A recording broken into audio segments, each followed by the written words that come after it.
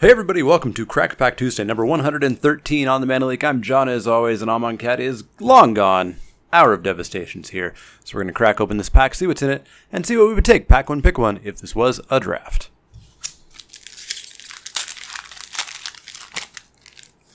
Up first, we've got ourselves a Tragic Lesson. It's been a while since I've done a crack pack. I don't have the muscle memory anymore. Tragic Lesson is 2 and a blue for an instant at common. Draw 2 cards, then discard a card unless you return a land you control to its owner's hand. This is fine. It's nowhere near a first pick, but if I was in a blue deck that wasn't, you know, balls to the wall aggressive, I'd probably be playing this, but nowhere near a first pick. Sandblast is a card that I would first pick in a very weak pack. 2 and a white for an instant at common. Sandblast deals 5 damage to target attacking or blocking creature. This kills an awful lot in the format. It has to be attacking or blocking, which is a bit of a pain. Maybe the most aggressive of decks don't play this, but it's fine. I'd first pick it if the pack was weak, so let's keep it in frame. Kindled Fury is up next, a single red mana for an instant at common. Target creature gets +1/+0 and gains first strike until end of turn. I love when combat tricks give first strike because it typically means that the creature's gonna live and the other one is not. +1/+0 is pretty darn weak though. This is one of those combat tricks that if you've got a spot and if you really need another card, it's fine, but it's certainly nowhere near a first pick. Kendra Eternal is 1 and a black for a creature zombie jackal warrior at common. It's a 2/2 with Afflict 1. Afflict. Oh, Afflict. It's going to be the worst feeling mechanic that I've experienced in a while. It just feels so bad when you look at the table and you're like, oh, if I block, I'm dead. If I don't block, I'm dead. It's kind of like an opponent flashing a lightning bolt and going, and wanting you to concede without them casting the spell. It just feels bad. But yeah, this is obviously about as weak as you can get with an Afflict creature. It's just a bear with Afflict, which is fine. You'll play it if you have a need for a 23rd creature or whatever, but you're not going to first pick it. Rampaging Hippo I like a decent amount. 4 green for a creature Hippo 5/6 with trample and cycling, costing 1 less than a greater sandworm is pretty decent. You know, it loses, you know, the 7/7 power toughness, goes down to a 5/6, but this still tramples over a whole lot of things. I will play this as a top end in my green deck if I've got you know, a ramper or so, and cycling really helps you smooth out. That being said, probably never really a first pick. Survivor's Encampment is a land desert at common. Tap to add a colorless to your mana pool. Tap and tap an untapped creature you control to add mana of any color to your mana pool. This is one of the common deserts that I rather quite like. I'll play this pretty commonly if I need a desert. Again, if I don't need deserts, I'm probably not really playing any of the deserts outside of the uncommon ones. But yeah, if you need a desert, this is a great choice. If you need fixing, this is a decent enough choice, just like Ally Encampment was in Battle for Zendikar or Oath of the Gatewatch, whichever one it was in. But never, ever, ever a first pick. Wall of Forgotten Pharaohs is 2 generic mana for an artifact creature wall. It's got Defender. It's an 0/4. You can tap it, and it deals 1 damage to target player, but only if you have a desert in your play or in the graveyard. I don't really like Wall of Forgotten Pharaohs. 0/4s just don't block well. You know, everybody will always say, oh, but it blocks a 2/2. Sure. What about the other 3 2/2s coming at you? They're just going to come at you. You need some power on your blockers to really suggest that they're a good blocker in this format. Otherwise, you're just going to get run over. And Wall of Forgotten Pharaohs just doesn't do the job.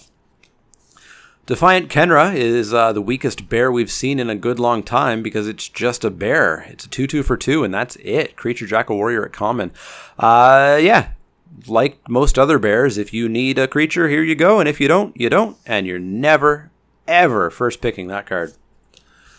Scourge of Souls is 4 and a black for a creature horror 3/4 with lifelink. We saw this card in Shadows over Innistrad. It was called Faithbearer Paladin, and everything was the same, except it was 4 and a white instead of 4 and a black. It's a fine card. It plays a lot better in Sealed, where you're going to be, you know, maybe a turn or two slower than you are in Draft. In Draft, it may just cost a little bit too much. Surprise, surprise. This is looking like a real aggressive format in Draft. So, you know, if you can get to 5, if you need life for some reason, like a lifelinker, you need a way to stabilize. This will stabilize pretty well, but you do need to get to it. I don't think I'm ever really first picking it, and I'm certainly not first picking it over a Sandblast. Jeru's Renunciation is our final common. That's 10 commons, so no foil. Jeru's Renunciation is 1 and a white for an instant at common. Tap up to 2 target creatures, cycling for a generic white mana. You know, one of those generic whites. Yeah, it's not great. It doesn't keep the creatures frozen. It's just not a great tempo play. Cycling a bad card does not make a card good. I don't really see a reason to ever really play this card, let alone first pick it. So, that's it for the commons. Let's see if the uncommons can beat a Sandblast. River Hoopoe is pretty darn good. Green-blue for a creature bird. It's a 1/3 flying. Pay 3 green-blue, you gain 2 life and draw a card. This card is going to be the savior of the format for me. I do like the format so far from what I've seen, despite it being aggressive again. But this is a great way to kind of stem the tide of the aggression. It does block the 2/2s because it's a 1/3. But what about the other 2/2 coming at you? Well, eventually you're going to gain 2 life every turn, hopefully. If you get late in the game, 4 life a turn. So the life will get you back into it. The card draw will get you back into it. Draw too many lands? Throw the mana into this. It's a mana sink. Way back when, you might be a newer player and have heard me reminisce about the old days when Magic wasn't so fast. It was because of cards like this, where if you drew too many lands, you still got to play Magic. You got to activate your abilities, and you got to do stuff with it. It, wasn't necessarily attacking or playing a giant bomby creature, but it was keeping you in the game. And that's what Magic's been lacking for the past few sets, is just if you miss a land or you get an extra land, you just fall right out of the game. And River Hoopoe is a great step towards fixing that. Would I first pick it? I don't think so. I don't know how powerful the archetypes are just yet. I don't know if green-blue is powerful or not. It definitely wasn't great, even though I played it a bunch in Triple Amonkhet. But I think this is a good step towards it. But I don't think I first pick it, unfortunately for that poor bird.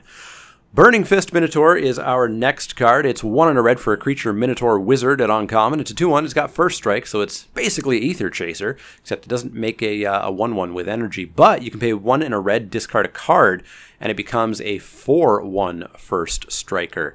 Yeah, I like Burning Fist Minotaur quite a bit. It's real aggressive in what's going to be an aggressive format, I think. And that threat of activation is just going to convince your opponent to just not block so frequently. They've got a 3/3. They might just let this through, because what if you turn it into a 4/1? Their 3/3 just dies and nothing happens to you. Yeah, Burning Fist Minotaur is a solid first pick in my mind. Sunscorched Champion is our final uncommon. It is 2 and a white for a creature human wizard at uncommon. It's a 2/3. When it enters the battlefield, you gain life equal to its power, so 2. But you can eternalize it for 2 white and discard a card. I saw it this time. Yeah, this is fine. It's a 2/3 that gains you 2 for 3, which is okay. You'd play that, just barely above filler level probably. Getting it back as a 4/4 that gains you 4 life for 4 mana and discarding a card isn't the worst. I saw a lot of people say, oh, you have to discard a card? This card's real bad. I mean, the 4/3 Minotaur that discarded a card was fine. Yeah, it came down on turn 2, but a card for 4 power, 4 toughness really isn't that big of a deal. And you're going to do this, so you hold back a land. So I don't think it's that big of a deal. That being said, I don't think it's a strong first pick, and I don't think it competes with either of those. It does compete with those 2 cards, though. The Locust God. The Locust God is 4 blue-red for a legendary creature god at Mythic. It's a 4/4 flyer. Whenever you draw a card, which is every turn once at a minimum, create a 1/1 blue and red insect creature token with flying and haste. Pay 2 blue-red, draw a card, then discard a card. And when the Locust God dies, return it to its owner's hand at the beginning of the next end step. Buy other cards. These 3 gods are busted. They are just so insanely good.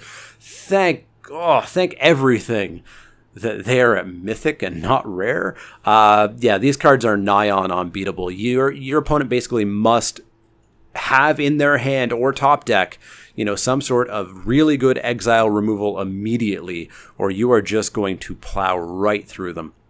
The Locust God even leaves bodies behind if you do somehow kill it permanently. Yeah, the value of Locust God is just not going to compete with Burning Fist Minotaur or Sandblast. So easy first pick of the Locust God. If it wasn't there, I think I'd take the Burning Fist Minotaur, but it was there, so we're going to take it. Let me know what you think of the Locust God and why you would have taken it in the comments down below. As always, if you have any questions, comments, or suggestions, you can find me on Twitter at the Mana Leak. That's L-E-E-K, like the vegetable, not the card. You can also find me at facebook.com/themanaleak, twitch.tv/themanaleak, and patreon.com/themanaleak. If you like the content, click that thumbs up button. If you're new, hi, click that subscribe button if you want to see more. And if you do have questions, comments, or suggestions, let me know. Otherwise, see y'all next time.